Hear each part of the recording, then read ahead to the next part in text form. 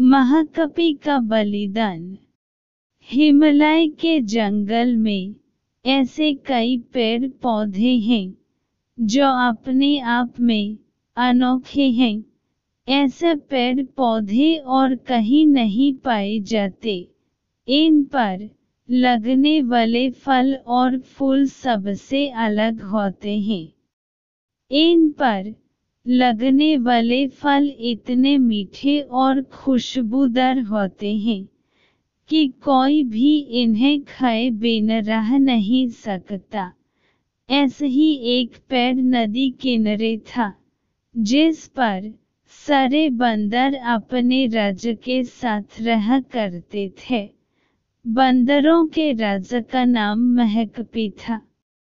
महाकपि बहुत ही समझदार और ज्ञानवान था। महाकपि का आदेश था कि उस पेड़ पर कभी कोई फल न छोड़ जाए। जैसे ही फल पकने को होता, वैसे ही वानर उसे खा लेते थे।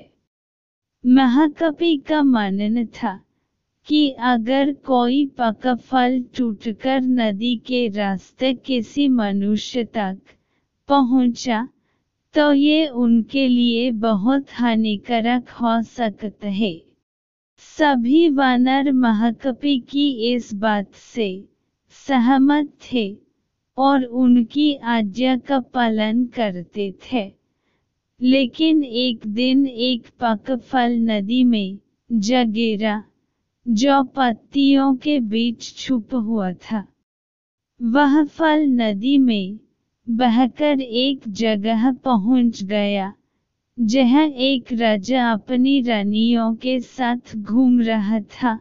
फल की खुशबू इतनी अच्छी थी कि आनंदित होकर रानियों ने अपनी आंखें बंद कर ली।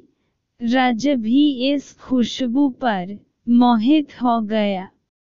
राजा ने अपने आसपास निहारा, तो उसे नदी में बहता हुआ फल दिखाई दिया। राजा ने उसे उठकर अपने सिपाहियों को दिया और कहा कि कोई इसे खाकर देखे कि यह फल कैसा है।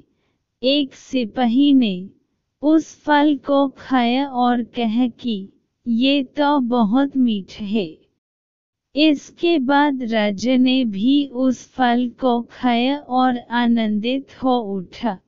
उसने अपने सिपाहियों को उस पेड़ को खोज निकलने का आदेश दिया, जहां से ये फल आया था।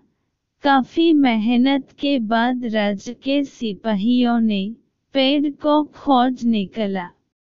उन्हें नदी किनारे वो सुंदर पेड़ नजर आ गया। उस पर बहुत सारे वानर बैठे हुए थे। सिपाहियों को ये बात पसंद नहीं आई और उन्होंने वानरों को एक एक करके मारना शुरू कर दिया। वानरों को घायल देखकर महाकपि ने समझदारी से काम लिया।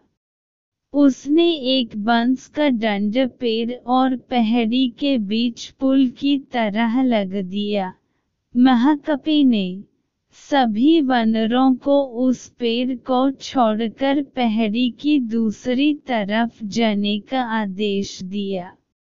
वानरों ने महाकपि की आज्ञा का पालन किया और वो सभी बांस के सहारे पहाड़ी के दूसरी ओर पहुंच गए। लेकिन इस दौरान डरे सहमे बंदरों ने महाकपि को बुरी तरह से कुचल दिया। सिपाहियों ने तुरंत राजा के पास जाकर सारी बात बताई। राजा महाकपि की वीरता से बहुत प्रसन्न हुए और सिपाहियों को आदेश दिया कि महाकपि को तुरंत महल लेकर आए और उसका इलाज करवाएं। सिपाहियों ने ऐसा ही किया। लेकिन जब महाकपि को महल लाया गया, तब तक वह मर चुका था। कहानी से सीख वीरता और समझदारी हमें इतिहास के पन्नों में जगह देती है। साथ ही इस कहानी से यह भी सीख मिलती है कि हर मुश्किल घड़ी में समझदारी से काम लेना चाहिए।